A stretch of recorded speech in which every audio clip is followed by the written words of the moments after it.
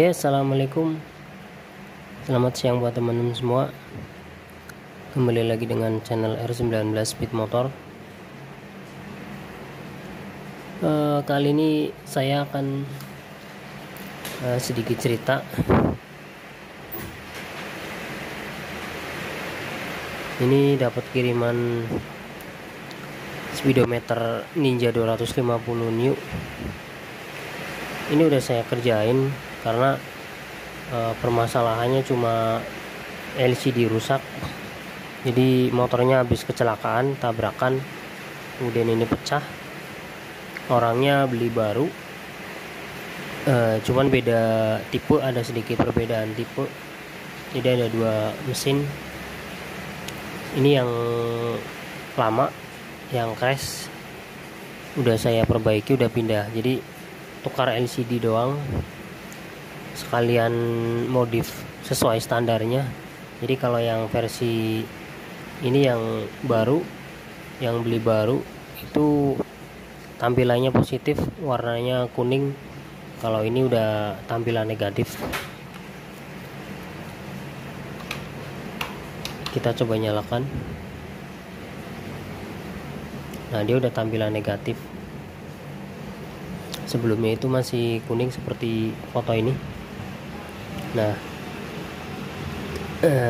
untuk video pemasangan nggak saya video karena tadi lumayan susah, dan juga teman-teman pasti udah tahu untuk penggantian LCD mungkin udah banyak channel yang ngebahas. Saya juga udah pernah bahas untuk cara penggantian LCD untuk tampilan negatif. Nah, sekarang kita coba bareng-bareng cek. Ini mumpung ada bahan, ini yang baru, ini basicnya sama, hanya perbedaan di tampilan RPM.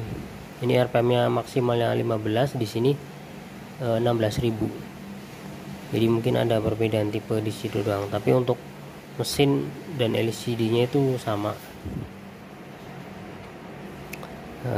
Saya akan coba kasih tahu jalurnya mana aja untuk pengecekan tegangan positif negatif. Kemudian kita coba cek bareng-bareng untuk nilai tegangannya berapa.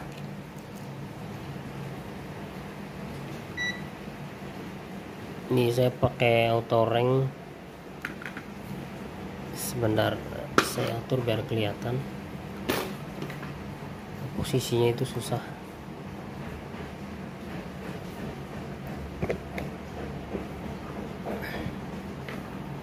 Nah, mungkin di sini biar teman-teman lihat. Kita coba pakai LCD yang ini. Kita akan coba cek bagian tegangannya.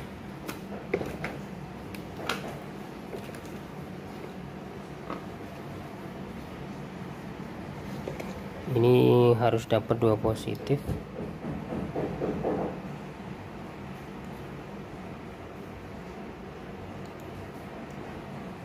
Karena jalur untuk lampu dan jalur untuk power IC-nya itu beda. Nah, ini udah nyala. Nah, ini yang baru. Ini warnanya kuning. Jadi tampilannya positif. Kita coba lihat di sini, ini yang di belakang LCD. Di sini ada 2 buah dioda. Nah, ini 2 inputnya di sini. Kemudian ini jalur negatif. Ini untuk jalur negatifnya.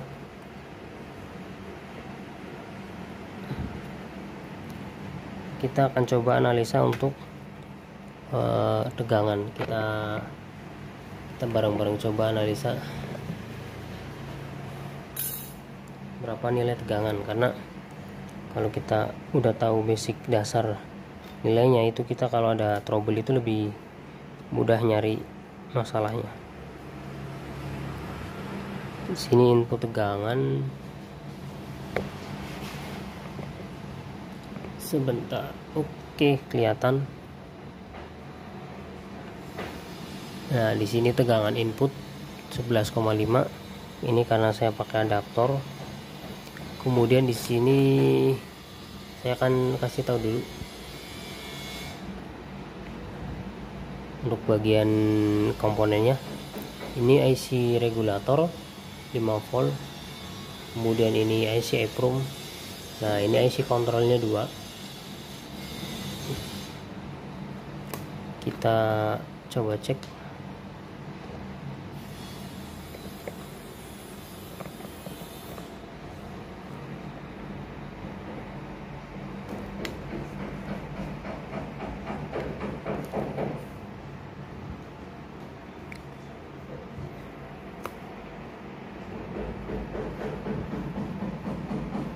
Nah, di sini terbaca 5 volt.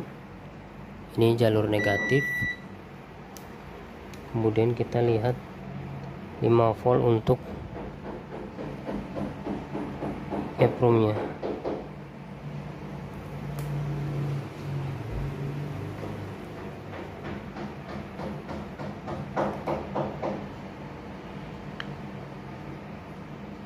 Nah, di sini terbaca 5 volt. Di sebelah kiri kondensor kecil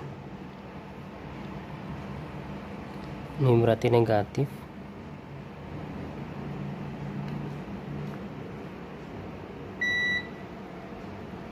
Nah, ini masa.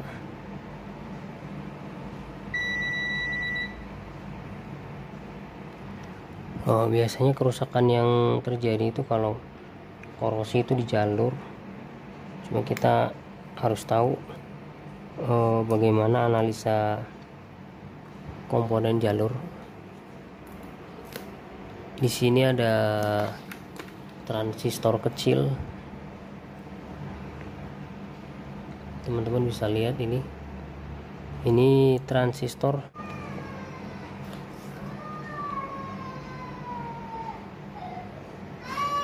Nah, ini 12 volt di sini di bawah. Jadi ini bagian yang kecil di bawah, aki di bawah itu 12 volt. Ini kemudian sebelah kiri input 12 voltnya. Kemudian ini sebelah kanannya ini switching, jadi pemicunya.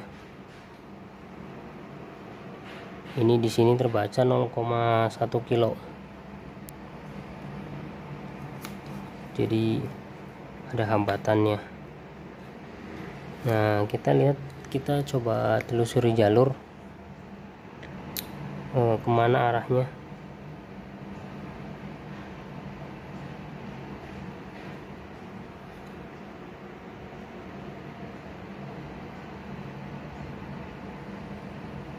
Sebentar, kita coba cek dulu. Nah, di sini positif elko berhubungan dengan ini langsung, artinya ini dari elko. Di sebelah sini dari elko besar. Nah, ini outputnya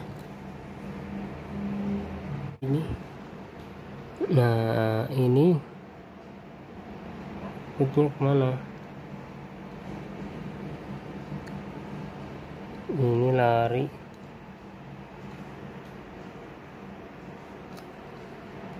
(12 volt) ke sini. Ini terhubung melalui R. Kita coba lihat dulu sebentar. Oke, ini terhubung ke IC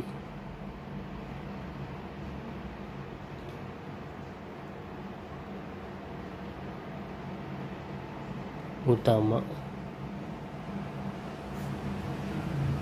Di sini ada tegangan 5 volt. Oke, untuk pembelajaran sistem jalurnya kita sampai di sini dulu, karena ini baterainya udah mau habis. Next saya lanjut lagi.